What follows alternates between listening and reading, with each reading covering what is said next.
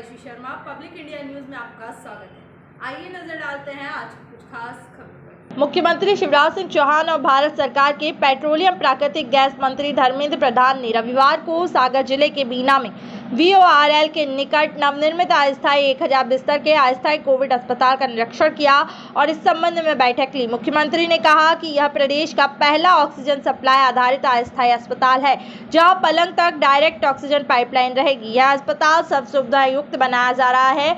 उन्होंने कहा कि हमारा उद्देश्य है आने वाले समय में मध्य प्रदेश ऑक्सीजन की उपलब्धता के मामले में भी आत्मनिर्भर बनकर उभरे। उन्होंने यह भी कहा है कि हमें कोरोना से हर मुकाबले के लिए तैयार रहना होगा और इस सिलसिले में ही बड़े ऑक्सीजन प्लांट की स्थापना भी की जा रही है। उन्होंने बताया कि इस दिशा में गैल आयनॉक्स जैसे संस्थान से भी बातचीत जारी है। पेट्रोलियम और प्राकृतिक मंत्री धर्मेंद्र प्रधान ने कहा कि बड़े पैमाने पर निर्माण कार्य चल रहा है। वह बीना रिफाइनरी की इंडस्ट्रियल ऑक्सीजन को मेडिकल ऑक्सीजन में कन्वर्ट कर मरीजों के लिए उपयोग में लिया जाएगा। यह एक बड़ा प्रोजेक्ट है जो सागर, विदिशा, अशोकनगर, गुना सहित आसपास के जिलों को कोविड मरीजों के लिए एक बड़ी सौगात साबित होगा। केंद्रीय मंत्री प्रधान ने कहा कि ऑक्सीजन उपलब्धता के मामले में केंद्र और मध्य प्रदेश शासन लगातार मिलकर कार्य कर रहे हैं। शीघ्र ही मध्य प्रदेश ऑक्सीजन के मामले में आत्मनिर्भर होगा। आज मैं हमारे पेट्रोलियम मंत्री आदरणीय धर्मेंद्र प्रधान जी को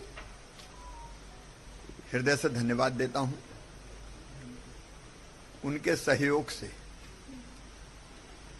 इस वीना रिफाइनरी में जो हमारे पास ऑक्सीजन उपलब्ध है उस पर आधारित कोविड के अस्पताल का निर्माण तो हो ही रहा है, काम तेजी से चल रहा है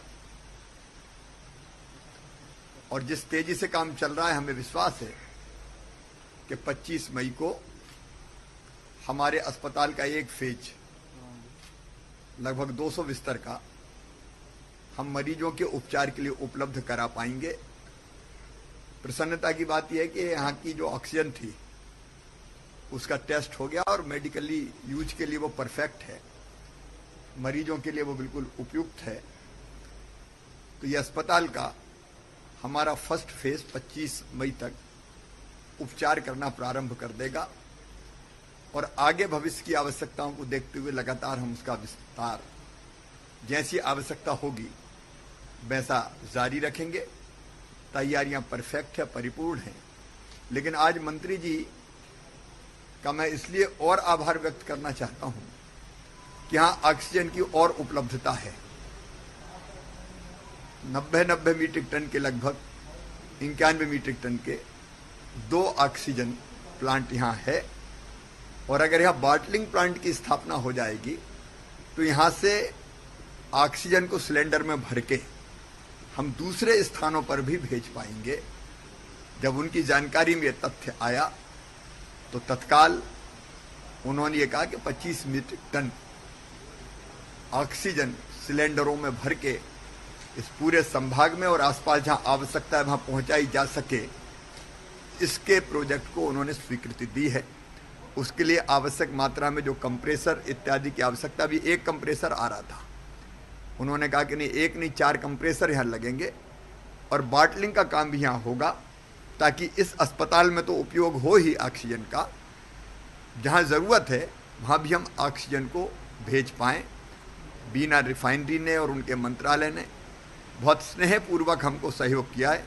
अभी भोपाल में हमारी बैठक है, वहाँ गैल भी ऑक्सीजन प्लांट लगाए, इस पर भी चर्चा होने वाली है। प्रदेश में और ऑक्सीजन की आपूर्ति से लेकर इलाज की सुविधाओं के विस्तार तक हर एक मामले में उनका। आज मैं धन्यवाद देता हूं मध्य प्रदेश की माननीय मुख्यमंत्री जी को। हम लोग सब लगे हैं प्रधानमंत्री जी के नेतृत्व में देश में ऑक्सीजन की उपलब्धता बढ़े। कभी बिना रिफाइनरी की जो गैसियस फॉर्म पे ऑक्सीजन यहाँ इंटरनल यूज के लिए रहती थी, कभी हम लोगों को आवश्यकता नहीं थी उसको मरीजों की काम पे लाने के लिए। लेकिन हमारे देश की डॉक्टर्स और टेक्नोक्रेट दोनों ने मिलके ये समाधान निकाला कि ये भी संभव हो सकता है, जिसके तहत मध्य प्रदेश शासन और बिना रिफाइनरी दोनों मिलके 200 बेड के हॉस्पिटल तो बनाएंगे, लेकिन आगे चल के 3000 बोतल प्रतिदिन जम्बो साइज की लगभग 25 मीट्रिक टन की प्रतिदिन सप्लाई चेन की यहाँ हम स्थायी रूप में मध्य प्रदेश की मेडिकल इकोसिस्टम पे, इंडस्ट्रियल इकोसिस्टम पे हम एक नई, इस क्राइसिस ने हमको एक नया सृजन यहाँ करने का मौका दे रहा है। आज उसकी हम लोगों ने निर्णय किया। इसमें मध्य प्रदेश की सामान्य लोगों की चिकित्सा सेवा में बहुत सहूलियत होगी। भारत सरकार और मध्य प्रदेश सरकार दोनों मिलकर इस प्रदेश की नागरिकों को निश्चित रूप में जो जिम्मेवारी हमको लोगों ने दिया है उसको हम पूरा करेंगे। देखो परमानेंट तो विदिशा और इधर सागर दोनों में